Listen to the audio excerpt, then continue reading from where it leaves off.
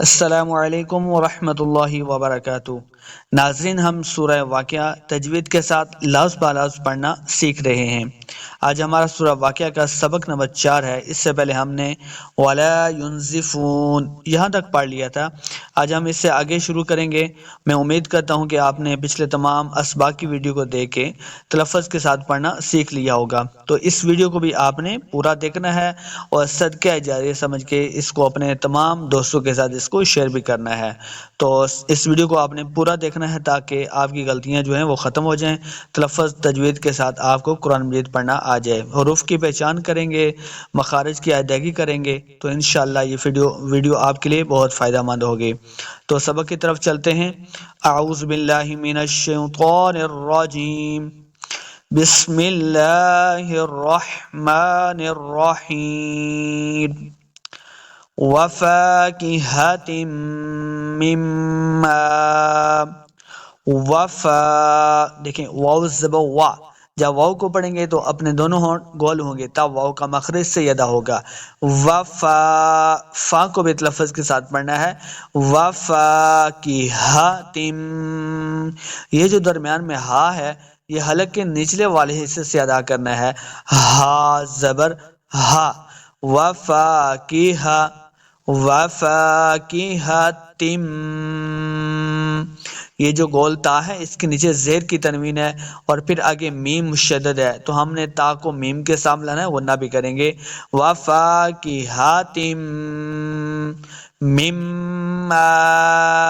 مما، دیکھیں ایک میم کو دوسری میم کے سامنے لانا ہے کیونکہ دوسرا میم بھی مشدد ہے، تو جب میم اور نون مشدد ہوں گے تو ہم نے اس پہ غنہ کر کے پڑھنا ہے۔ تو کیسے غنہ کریں گے؟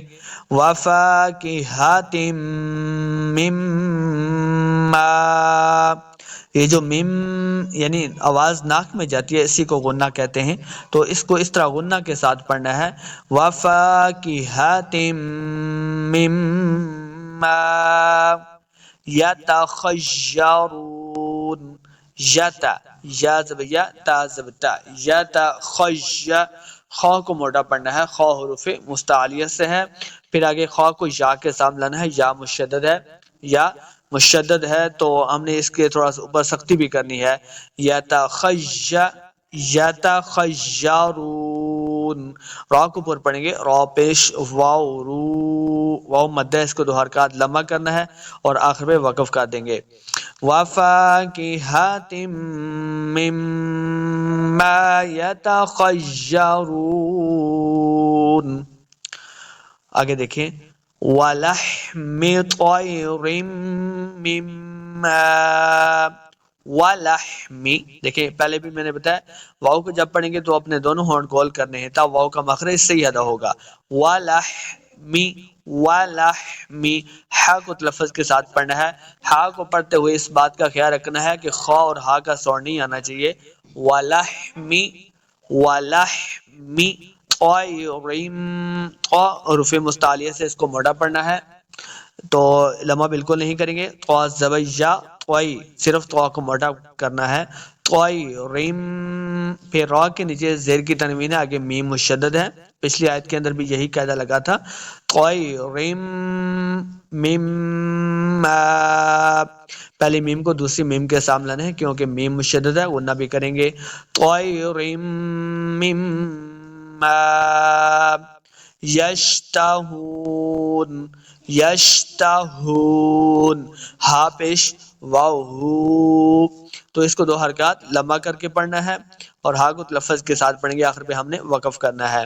وَلَحْمِ طَيْرٍ مِّمَّا یشتہون، وَحُورٌ عین، واو زبر وا، دونوں ہونٹ گول ہوں گے تب واو کا مخرج صحیح ادا ہوگا۔ وحورم، وحورن، ہا پیش واو حو، دو حرکات اس کو لمبا کرنا ہے۔ وحورن عین، دیکھیں را کے اوپر دو پیش کی تنوین ہے، اس کو پر پڑھیں گے، آگے عین حروف خلقی سے ہے، تو یہاں پہ اس بات کا خیال رکھنا ہے کہ رن کے اوپر قلقلہ نہیں کرنا۔ بعض لوگ ایسے پڑھے وحورن عین، رن کریں گے تو یعنی اس کے اوپر قلقلہ ہو جائے گا، تو ہم نے قلقلہ بھی نہیں کرنا اور نہ ہی یہاں پہ غنہ کرنا ہے، کیونکہ تنوین کے بعد آگے حروف خلقی سے عین آ گیا، تو اظہار کا قاعدہ ہے بغیر غنہ کے پڑھیں گے وحور عین، عین سے یا عین، تو یہ عین کو بیت لفظ کے ساتھ پڑھنا ہے، یا مدہ ہے، اس کو دو حرکات لمبا بھی کریں گے، آخر پہ ہم نے وقف کا دینا ہے وحور عین۔ اگلی آیت پہ چلتے ہیں، کأمثال اللؤلؤ المکنون، کأمثا کاف کو موٹا نہیں کریں گے، سا کو نرمی کے ساتھ پڑھنا ہے، سیٹی کی آواز نہیں آنی چاہیے، آگے الف ہے، اس کو دو حرکات لمبا کریں گے، کأمثال اللؤلؤ، یہاں پہ یہ بات سمجھنے کی ہے، بڑی اہم بات ہے، لام کو اس اگلے لام کے سامنے لانا ہے، لام مشدد ہے، کأمثال اللؤلؤ، دیکھیں لام کو حمزہ کے سامنے لانا ہے، حمزہ واؤ کے اوپر جو نظر آ رہی ہے آپ کو یہ ساکن ہے، تو حمزہ ساکن جہاں بھی آئے گا ہم نے اس کو جھٹکے کے ساتھ پڑھنا ہے، لو نہیں کریں گے، بلکہ حمزہ ساکن کو ہمیشہ جھٹکے کے ساتھ پڑھنا ہے، حمزہ کا ساؤنڈ آئے گا اور اس کو جھٹکے کے ساتھ پڑھنا ہے، یہ غلطی نہیں کرنی، لو لو ال ایسا کریں گے تو غلطی ہو جائے گی، بلکہ حمزہ کو پڑھنا ہے ہم نے ساکن کر کے پڑھنا ہے، تو جھٹکے کے ساتھ پڑھیں گے، کأمثال اللؤلؤ، پھر اگلے واؤ کے اوپر بھی حمزہ ہے لیکن یہ ساکن نہیں ہے، اس کے نیچے زیر ہے، اگلے لام کے ساتھ ملا دیں گے، کأمثال اللؤلؤ المکنون، مکنون، اس کاف کو موٹا نہیں کریں گے، نون پیش واؤ، واؤ مدہ، اس کو دو حرکات لمبا کر کے پڑھنا ہے، دیکھیں آپ سمجھ کے غور سے سنیے گا اس کو، کأمثال اللؤلؤ، حمزہ ساکن کو جھٹکے کے ساتھ پڑھنا، للؤلؤ المکنون، کأمثال اللؤلؤ المکنون۔ اب اگلی آیت پہ چلتے ہیں، جزاء بما كانوا، زا پہ سختی سے پڑھنا ہے، آگے الف ہے، مد بھی ہے، اس کو لمبا کریں گے، جزاء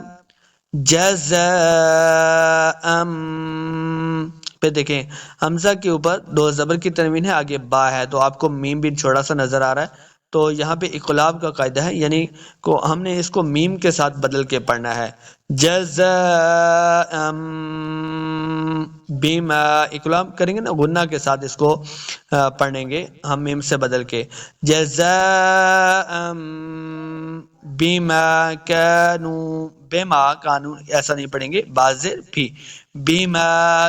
كانوا،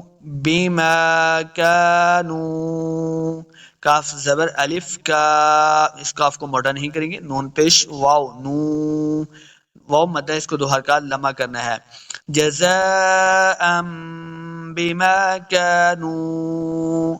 یعملون، عین کو لفظ کے ساتھ پڑھنا ہے، یعملون، جزاء بما كانوا يعملون۔ میں امید کرتا ہوں کہ آپ نے اس سبق کو اچھی طریقے سے سمجھ لیا ہوگا، بارہا پریکٹس کریں گے تو انشاءاللہ آپ کو بھی قرآن مجید لفظ کے ساتھ پڑھنا آ جائے گا، تو ملتے ہیں انشاءاللہ نیکسٹ سبق کی ویڈیو میں، اللہ حافظ۔